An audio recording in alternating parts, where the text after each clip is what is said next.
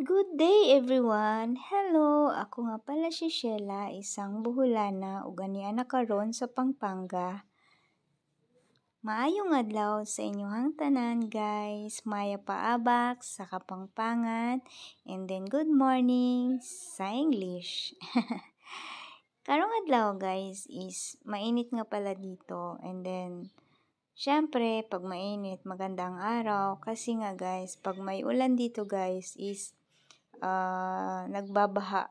I mean, dun sa baba namin guys is na-stuck yung tubig. Kaya, ayan, hindi maganda pag umuulan. And then guys, sa umaga, syempre, medyo makalat.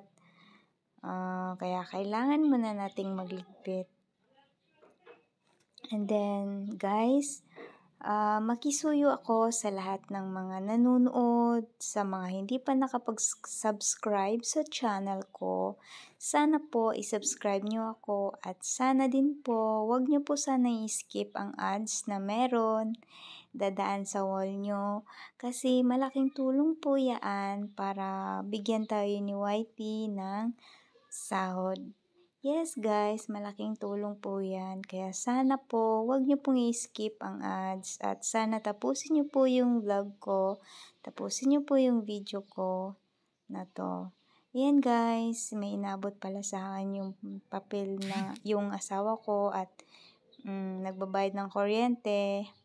And then guys, dumating naman itong si Ate Ann na na-miss ako guys. Ay salamat sa Diyos guys na kinausap na niya ako dahil matagal-tagal din tong nagtampo sa akin kasi meron akong hindi nabigay sa kanya at hindi ko naman sinasadya na hindi ko mabigay kaya thankful din ako na kinakausap na niya ako. Although nagkakausap naman kami pero hindi talaga katulad ng dati kasi nga meron siyang tampo but thanks God kasi okay na. And then ayan guys, inarrange ko lang yung mga nakakalat muna. Kasi bala ko pong pumunta doon sa may labas kasi napabayaan na din po yung mga bulaklak ko guys. Simula kasi ng yung parang nawalan ako ng gana dito. Yan, napabayaan ko na lahat yung bulaklak ko, pati yung bulaklak ko guys. Alam nyo ba guys, dati talaga every morning lumalabas ako dyan sa bakuran namin. Lagi kong inaano yung mga flower ko guys. Kaya lang dumaan ako sa parang nawala ng gana, parang nawala ng gana dito. Kasi nga doon sa nangyari. Kung napapanood nyo yung vlog ko guys, malalaman nyo kung bakit. Ayan guys, meron nga palang kaming gripo dyan sa baba. Kaya dyan ka ako kumukuha para pangdilig sa halaman ko. Ayan guys, nakita nyo yung mga bulaklak ko guys. Hindi na siya masyadong naaruga ko.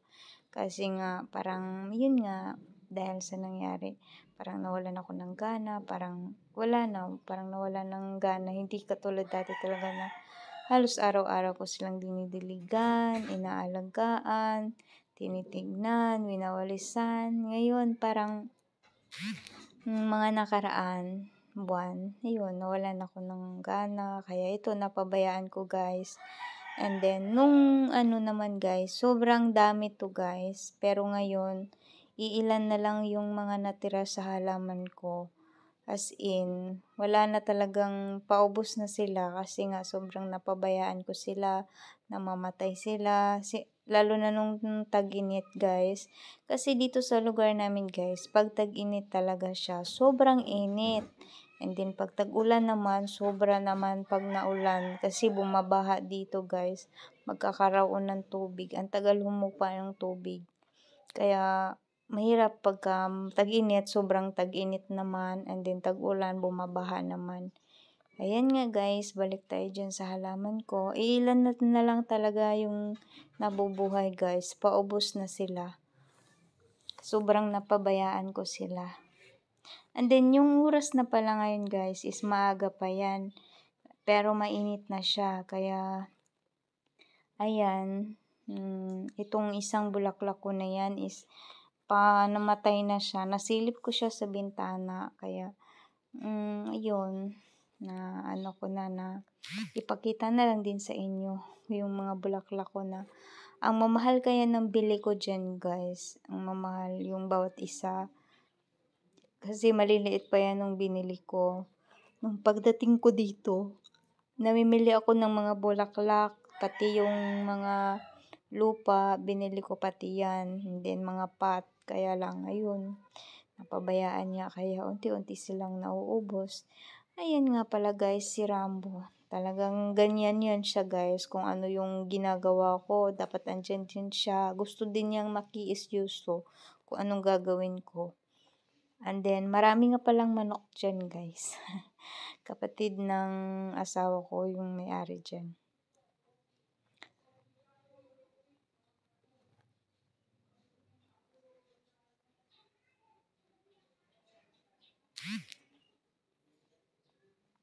Maganda din kasi guys pagka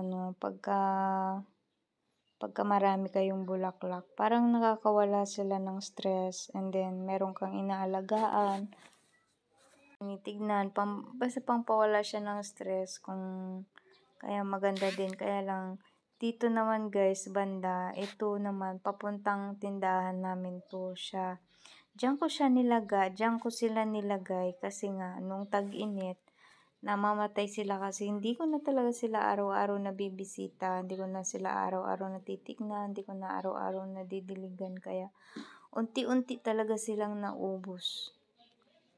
Ngayon ilan na lang sila at yung basta. And then itong bougainvillea ko guys is ano siya, hindi pala variegated to, kaya humahaba siya, kaya ayan o.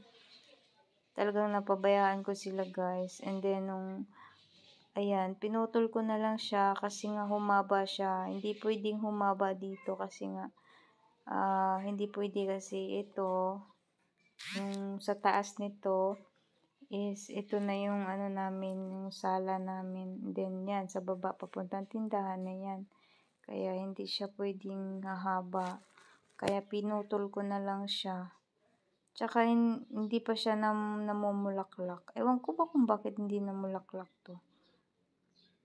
Siguro kasi tag-ulan ngayon.